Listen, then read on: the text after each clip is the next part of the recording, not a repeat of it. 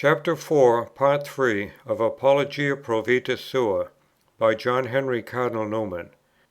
One calumny there was, which the Bishops did not believe, and of which of course he had no idea of speaking. It was that I was actually in the service of the enemy.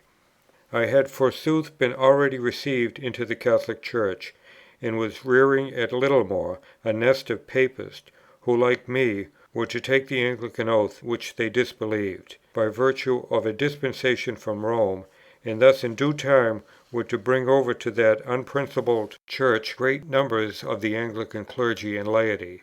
Bishops gave their countenance to this imputation against me. The case was simply this: as I made Littlemore a place of retirement for myself, so did I offer it to others.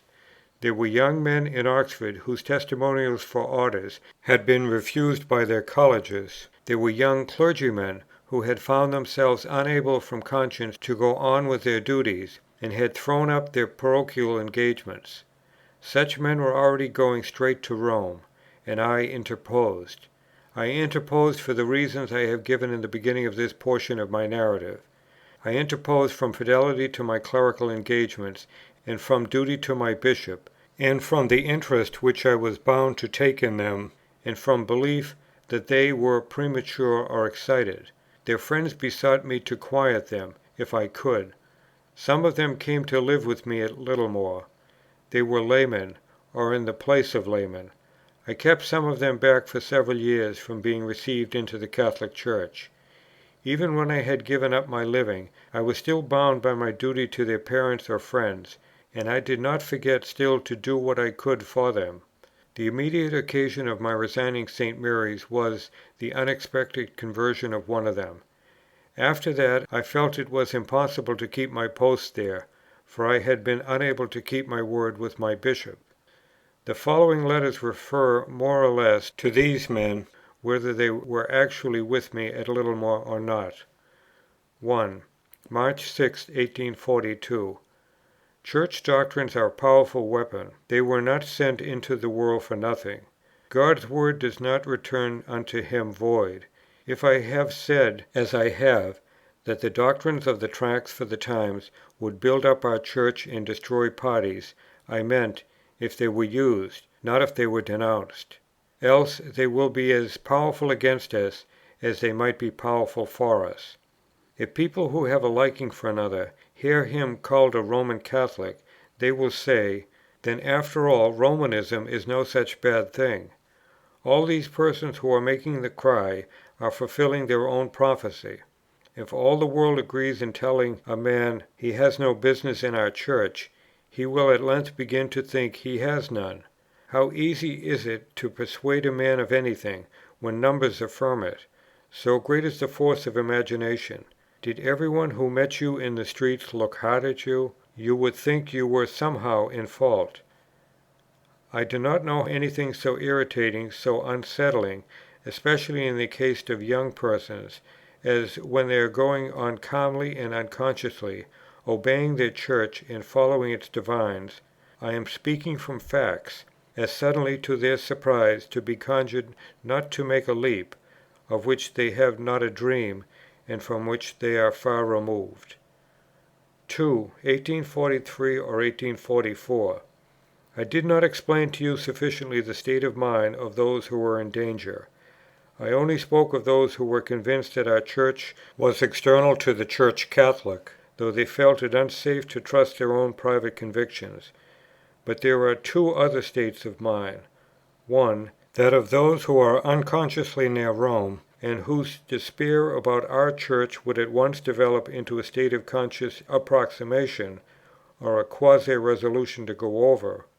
2. Those who feel they can with a safe conscience remain with us while they are allowed to testify in behalf of Catholicism, that is, as if by such acts they were putting our Church, or at least that portion of it in which they were included, in the position of catechumens. 3. June 20, 1843. I return the very pleasing letter you have permitted me to read. What a sad thing it is that it should be a plain duty to restrain one's sympathies, and to keep them from boiling over. but I suppose it is a matter of common prudence. Things are very serious here, but I should not like you to say so, as it might do no good. The authorities find that by the statutes they have more than military power, and the general impression seems to be that they intend to exert it, and put down Catholicism at any risk. I believe that by the statutes they can pretty nearly suspend a preacher, as seditious or causing dissension, without assigning their grounds in the particular case, nay, banishing him or imprison him. If so, all holders of preferment in the University should make as quiet an exit as they can. There is more exasperation on both sides at this moment, as I am told, than ever there was. 4. July 16th, 1843. I assure you that I feel, with only too much sympathy, what you say. You need not be told that the whole subject of our position is a subject of anxiety to others besides yourself. It is no good attempting to offer advice, when perhaps I might raise difficulties instead of removing them. It seems to me quite a case in which you should, as far as may be, make up your mind for yourself. Come to Littlemore by all means. We shall all rejoice in your company; and, if quiet and retirement are able, as they very likely will be, to reconcile you to things as they are, you shall have your fill of them. How distressed poor Henry Wilberforce must be!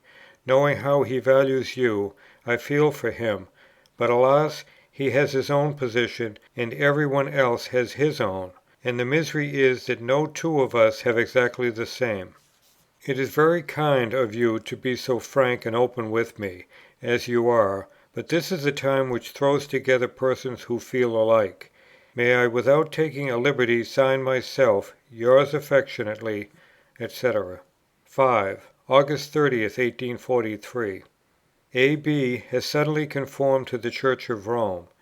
He was away for 3 weeks. I suppose I must say in my defence that he promised me distinctly to remain in our Church 3 years, before I received him here. 6. June 17th, 1845. I am concerned to find you speak of me in a tone of distrust. If you knew me ever so little, instead of hearing of me from persons who do not know me at all, you would think differently of me, whatever you thought of my opinions. 2 years since, I got your son to tell you my intention of resigning St. Mary's, before I made it public, thinking you ought to know it. When you expressed some painful feelings upon it, I told him I could not consent to his remaining here, painful as it would be to me to part with him, without your written sanction, and this you did me the favour to give. I believe you will find that it has been merely a delicacy on your son's part, which has delayed his speaking to you about me for 2 months past, a delicacy lest he should say either too much or too little about me. I have urged him several times to speak to you. Nothing can be done after your letter but to recommend him to go to A.B., his home, at once. I am very sorry to part with him. 7. The following letter is addressed to Cardinal Wiseman, then Vicar Apostolic, who accused me of coolness in my conduct towards him. April 16th, 1845. I was at that time in charge of a ministerial office in the English Church, with persons entrusted to me, and a bishop to obey. How could I possibly write otherwise than I did without violating sacred obligations and betraying momentous interests which were upon me? I felt that my immediate, undeniable duty, clear if any was clear, was to fulfil that trust. It might be right indeed to give it up, that was another thing, but it never could be right to hold it, and to act as if I did not hold it. If you knew me, you would acquit me, I think, of having ever felt towards your Lordship in an unfriendly spirit, or ever having had a shadow on my mind, as far as I dare witness about myself, of what might be called controversial rivalry, or desire of getting the better, or fear lest the world should think I had got the worst, or irritation of any kind. You are too kind indeed to imply this, and yet your words lead me to say it. And now in like manner, pray believe, though I cannot explain it to you, that I am encompassed with responsibilities so great and so various, as utterly to overcome me, unless I have mercy from Him who all through my life has sustained and guided me, and to whom I can now submit myself, though men of all parties are thinking evil of me. Such fidelity, however, was taken in malum partem by the high Anglican authorities. They thought it insidious. I happen still to have a correspondence which took place in 1843, in which the chief place is filled by one of the most eminent bishops of the day, a theologian and reader of the Fathers, a moderate man, who at one time was talked of as likely on a vacancy to succeed to the primacy. A young clergyman in his diocese became a Catholic. The papers at once reported on authority from a very high quarter, that after his reception, the Oxford men had been recommending him to retain his living. I had reasons for thinking that the allusion was made to me, and I authorized the editor of a paper, who had inquired of me on the point, to give it, as far as I was concerned, an unqualified contradiction. When from a motive of delicacy he hesitated, I added, "My direct and indignant contradiction."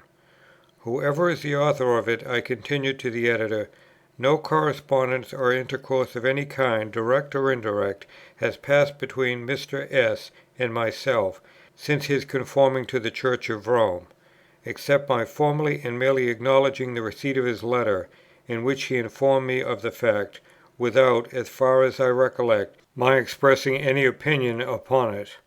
You may state this as broadly as I have set it down. My denial was told to the Bishop. What took place upon it is given in a letter from which I copy. My father showed the letter to the Bishop, who, as he laid it down, said, 'Ah, those Oxford men are not ingenuous.' 'How do you mean?' asked my father. 'Why,' said the Bishop, 'they advised Mr. B.S. to retain his living after he turned Catholic. I know that to be a fact, because A.B. told me so. The Bishop,' continues the letter, 'who is perhaps the most influential man in reality on the bench, evidently believes it to be the truth.' Upon this Dr. Pusey wrote in my behalf to the Bishop, and the Bishop instantly beat a retreat. 'I have the honour,' he said, 'in the autograph which I transcribe, to acknowledge the receipt of your note, and to say in reply that it has not been stated by me, though such a statement has, I believe, appeared in some of the public prints, that Mr. Newman had advised Mr. B.S. to retain his living after he had forsaken our Church. But it has been stated to me that Mr. Newman was in close correspondence with Mr. B.S., and, being fully aware of his state of opinions and feelings, yet advised him to continue in our communion. Allow me to add,' he says to Dr. Pusey, 'that neither your name nor that of Mr. Keble was mentioned to me in connection with that of Mr. B.S.' I was not going to let the Bishop off on this evasion, so I wrote to him myself. After quoting his letter to Dr. Pusey, I continued, 'I beg to trouble your Lordship with my own account of the two allegations, close correspondence and fully aware, etc., which are contained in your statement, and which have led to your speaking to me in terms which I hope never to deserve. 1. Since Mr. B.S. has been in your Lordship's diocese, I have seen him in common rooms or private parties in Oxford 2 or 3 times, when I never, as far as I can recollect, had any conversation with him. During the same time I have, to the best of my memory, written to him 3 letters. One was lately in acknowledgment of his informing me of his change of religion. Another was last summer, when I asked him to no purpose to come and stay with me in this place. The earliest of the 3 letters was written just a year since, as far as I can recollect, and it certainly was on the subject of his joining the Church of Rome. I wrote this letter at the earnest wish of a friend of his. I cannot be sure that, on his replying, I did not send him a brief note in explanation of points in my letter which he had misapprehended. I cannot recollect any other correspondence between us. 2. As to my knowledge of his opinions and feelings, as far as I remember, the only point of perplexity which I knew, the only point which to this hour I know as pressing upon him, was that of the Pope's supremacy. He professed to be searching antiquity whether the See of Rome had formerly that relation to the whole Church which Roman Catholics now assign to it. My letter was directed to the point that it was his duty not to perplex himself with arguments on such a question, and to put it altogether aside. It is hard that I am put upon my memory, without knowing the details of the statement made against me. Considering the various correspondence in which I am from time to time unavoidably engaged, be assured, my Lord, that there are very definite limits beyond which persons like me would never urge another to retain preferment in the English Church, nor would retain it themselves, and that the censure which has been directed against them by so many of its rulers has a very grave bearing upon those limits. The Bishop replied in a civil letter, and sent my own letter to his original informant, who wrote to me the letter of a gentleman. It seems that an anxious lady had said something or other which had been misinterpreted, against her real meaning, into the calumny which was circulated, and so the report vanished into thin air. I closed the correspondence with the following letter to the Bishop: "I hope your Lordship will believe me when I say, that statements about me, equally incorrect with that which has come to your Lordship's ears, are from time to time reported to me as credited and repeated by the highest authorities in our Church, though it is very seldom that I have the opportunity of denying them. I am obliged by your Lordship's letter to Dr. Pusey, as giving me such an opportunity." Then I added, with a purpose, "Your Lordship will observe that in my letter I had no occasion to proceed to the question, whether a person holding Roman Catholic opinions can in honesty remain in our Church. Lest then any misconception should arise from my silence, I here take the liberty of adding, that I see nothing wrong in such persons continuing in communion with us, provided he holds no preferment or office, abstains from the management of ecclesiastical matters, and is bound by no subscription or oath to our doctrines." This was written on March 8, 1843, and was in anticipation of my own retirement into lay communion. This again leads me to a remark. For 2 years I was in lay communion, not indeed being a Catholic in my convictions, but in a state of serious doubt, and with the probable prospect of becoming some day what as yet I was not. Under these circumstances I thought the best thing I could do was to give up duty, and to throw myself into lay communion, remaining an Anglican. I could not go to Rome, while I thought what I did of the devotion she sanctioned to the Blessed Virgin and the Saints. I did not give up my fellowship, for I could not be sure that my doubts would not be reduced or overcome, however unlikely I might consider such an event. But I gave up my living, and, for 2 years before my conversion, I took no clerical duty. My last sermon was in September, 1843. Then I remained at Littlemore in quiet for 2 years. But it was made a subject of reproach to me at the time, and is at this day, that I did not leave the Anglican Church sooner. To me this seems a wonderful charge. Why, even had I been quite sure that Rome was the true Church, the Anglican Bishops would have had no just subject of complaint against me, provided I took no Anglican oath, no clerical duty, no ecclesiastical administration. Do they force all men who go to their churches to believe in the 39 Articles, or to join in the Athanasian Creed? However, I was to have other measures dealt to me. Great authorities ruled it so, and a great controversialist, Mr. Stanley Faber, thought it a shame that I did not leave the Church of England as much as 10 years sooner than I did. He said this in print between the years 1847 and 1849. His nephew, an Anglican clergyman, kindly wished to undeceive him on this point. So in the later years, after some correspondence, I wrote the following letter, which will be of service to this narrative, from its chronological notes. December 6, 1849. Your uncle says, if he, Mr. N., will declare sans phrase, as the French say, that I have laboured under an entire mistake, and that he was not a concealed Romanist during the 10 years in question, I suppose the last 10 years of my membership with the Anglican Church, or during any part of the time, my controversial antipathy will be at an end, and I will readily express to him that I am truly sorry that I have made such a mistake. So candid an avowal is what I should have expected from a mind like your uncle's. I am extremely glad he has brought it to this issue. By a concealed Romanist, I understand him to mean one who, professing to belong to the Church of England, in his heart and will intends to benefit the Church of Rome, at the expense of the Church of England.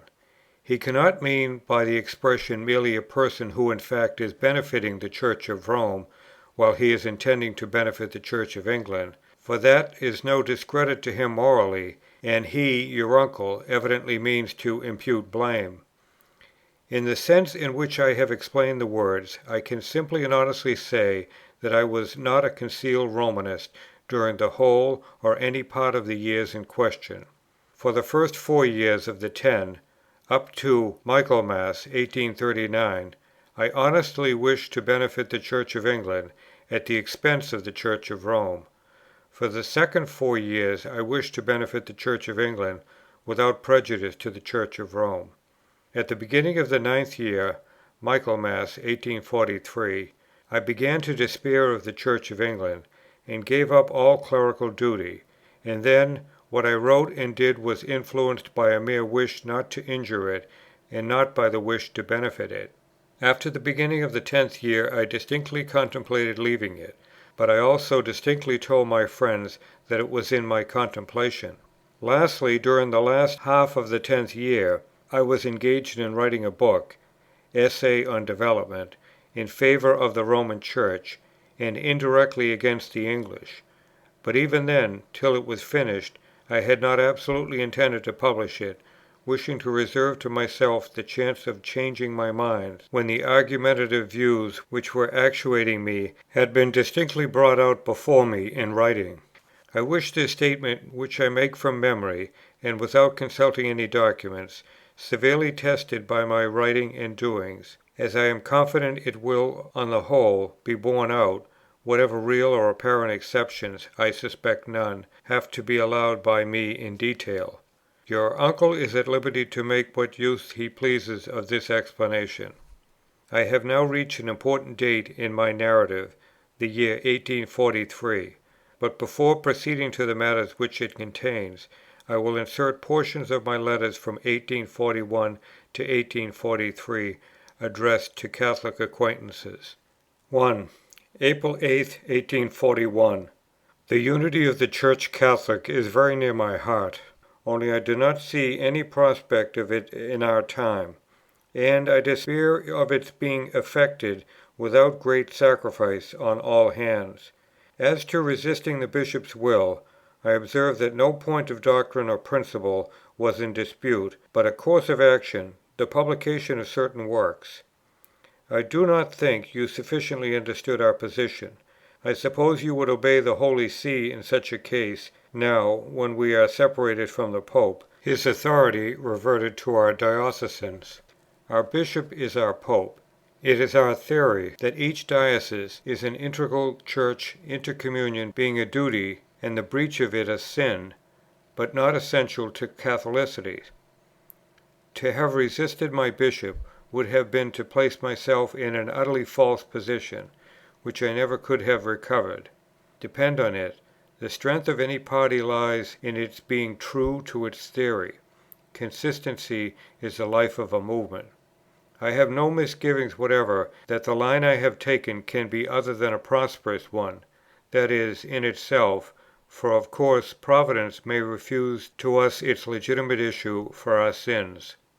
I am afraid that in one respect you may be disappointed.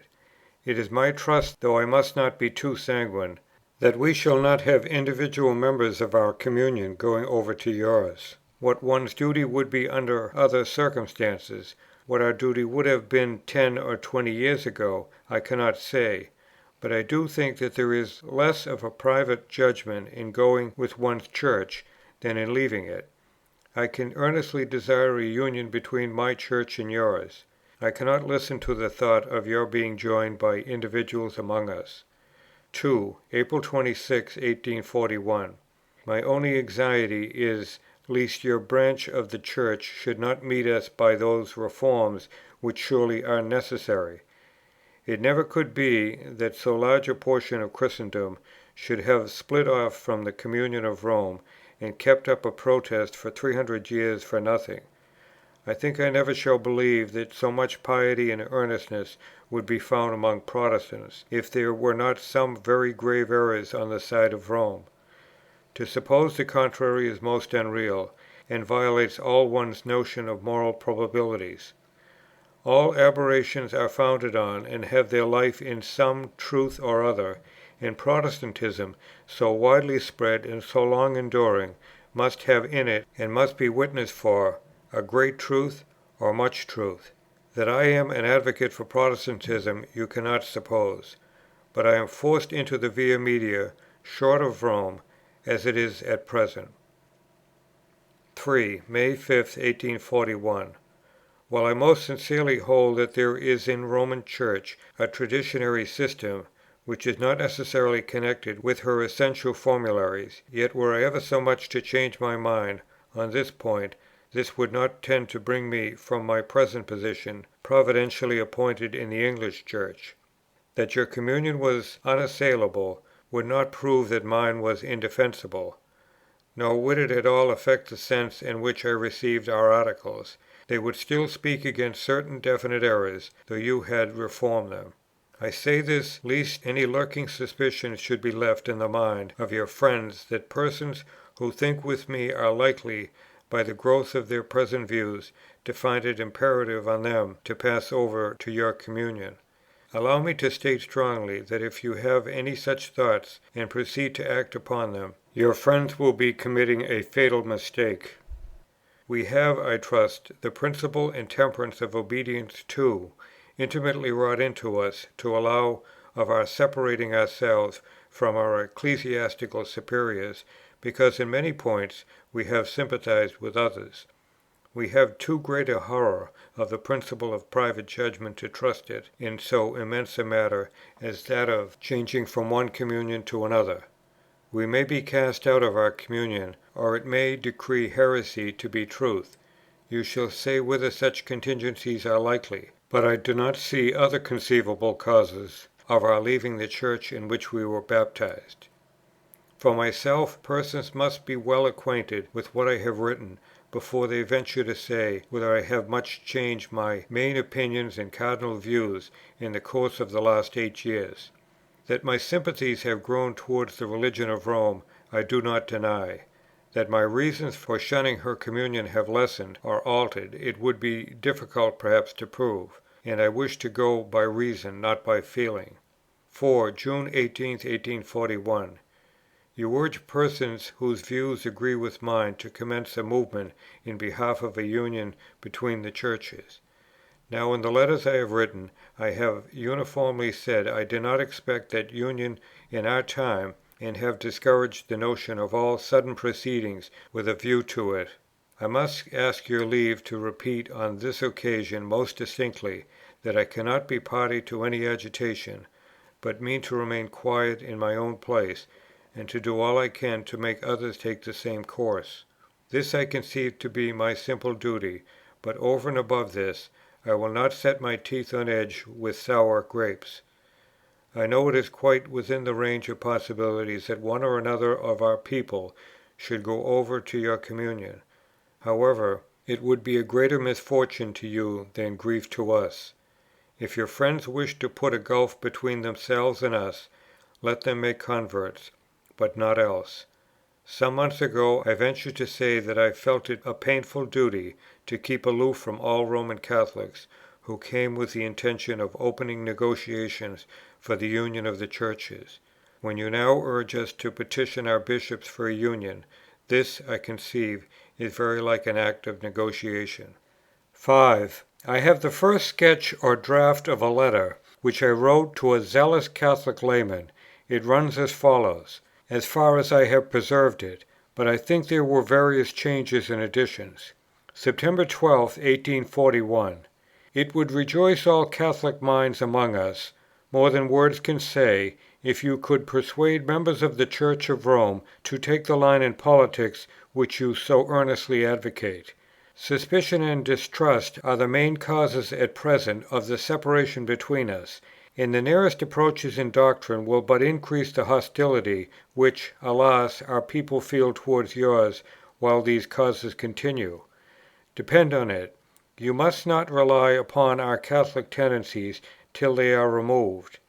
I am not speaking of myself, or of any friends of mine, but of our Church generally. Whatever our personal feelings may be, we shall but tend to raise and spread a rival Church to yours in the four quarters of the world, unless you do what none but you can do.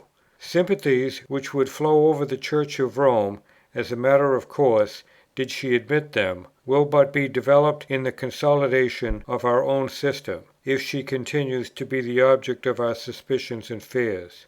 I wish, of course I do, that our own Church may be built up and extended, but still not to the cost of the Church of Rome, not in opposition to it. I am sure that while you suffer, we suffer too from the separation, but we cannot remove the obstacles. It is with you to do so. You do not fear us, we fear you. Till we cease to fear you, we cannot love you. While you are in the present position, the friends of Catholic unity in our Church are but fulfilling the prediction of those of your body who are adverse to them, namely, that they will be merely strengthening a rival communion to yours. Many of you say that we are your greatest enemies. We have said so ourselves. So we are, so we shall be, as things stand at present. We are keeping people from you by supplying their wants in our own Church.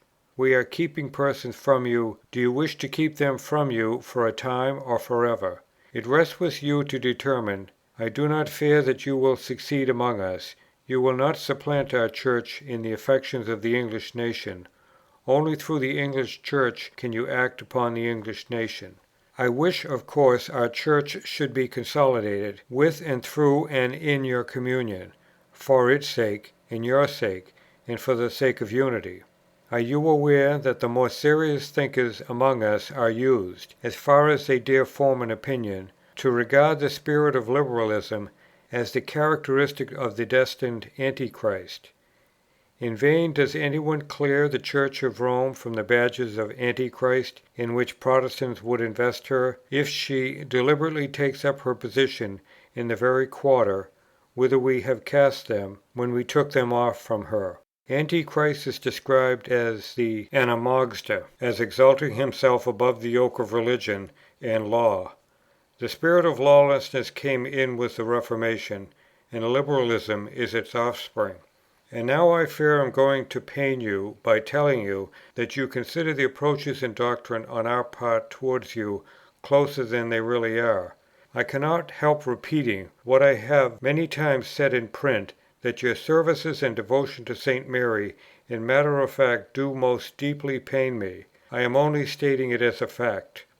Again, I have nowhere said that I can accept the decree of Trent throughout, nor implied it. The doctrine of transubstantiation is a great difficulty with me, as being, as I think, not primitive. Nor have I said that our Articles in all respects admit to a Roman interpretation. The very word transubstantiation is disowned in them. Thus you see it is not merely on grounds of expedience that we do not join you. There are positive difficulties in the way of it. And, even if there were not, we shall have no divine warrant for doing so, while we think that the Church of England is a branch of the true Church, and that intercommunion with the rest of Christendom is necessary, not for the life of a particular Church, but for its health only. I have never disguised that there are actual circumstances in the Church of Rome which pain me much. Of the removal of these I see no chance, while we join you one by one. But if our Church were prepared for a union, she might make her terms. She might gain the cup. She might protest against the extreme honours paid to St. Mary. She might make some explanation of the doctrine of transubstantiation. I am not prepared to say that a reform in other branches of the Roman Church would be necessary for our uniting with them, however desirable in itself, so that we were allowed to make a reform in our own country. We do not look towards Rome as believing that its communion is infallible, but that union is a duty. 6. The following letter was occasioned by the present made to me of a book by the friend to whom it is written. More will be said on the subject of it presently. November 22, 1842. I only wish that your Church were more known among us by such writings. You will not interest us in her, till we see her, not in politics, but in her true functions of exhorting, teaching, and guiding. I wish there were a chance of making the leading men among you understand. What I believe is no novel thought to yourself. It is not by learned discussions, or acute arguments, or reports of miracles, that the heart of England can be gained. It is by men approving themselves, like the Apostle, ministers of Christ. As to your question, whether the volume you have sent is not calculated to remove my apprehensions that another gospel is substituted for the true one in your practical instructions, before I can answer it in any way, I ought to know how far the sermons which it comprises are selected from a number, or whether they are the whole, or such as the whole, which have been published of the authors. I assure you, or at least I trust, that, if it ever clearly brought home to me that I have been wrong in what I have said on this subject, my public avowal of that conviction will only be a question of time with me. If, however, you saw our Church as we see it, you would easily understand that such a change of feeling, did it take place, would have no necessary tendency, which you seem to expect, to draw a person from the Church of England to that of Rome. There is a divine life among us, clearly manifested, in spite of all our disorders, which is as great note of the Church as any can be. Why should we seek our Lord's presence elsewhere, when He vouchsafes it to us where we are? What call have we to change our communion? Roman Catholics will find this to be the state of things in time to come. Whatever promises they may fancy there is of a large secession to their Church, this man or that may leave us, but there will be no general movement. There is, indeed, an incipient movement of our Church towards yours, and this your leading men are doing all they can to frustrate, by their unwearied efforts at all risks to carry off individuals. When will they know their position, and embrace a larger and wiser policy?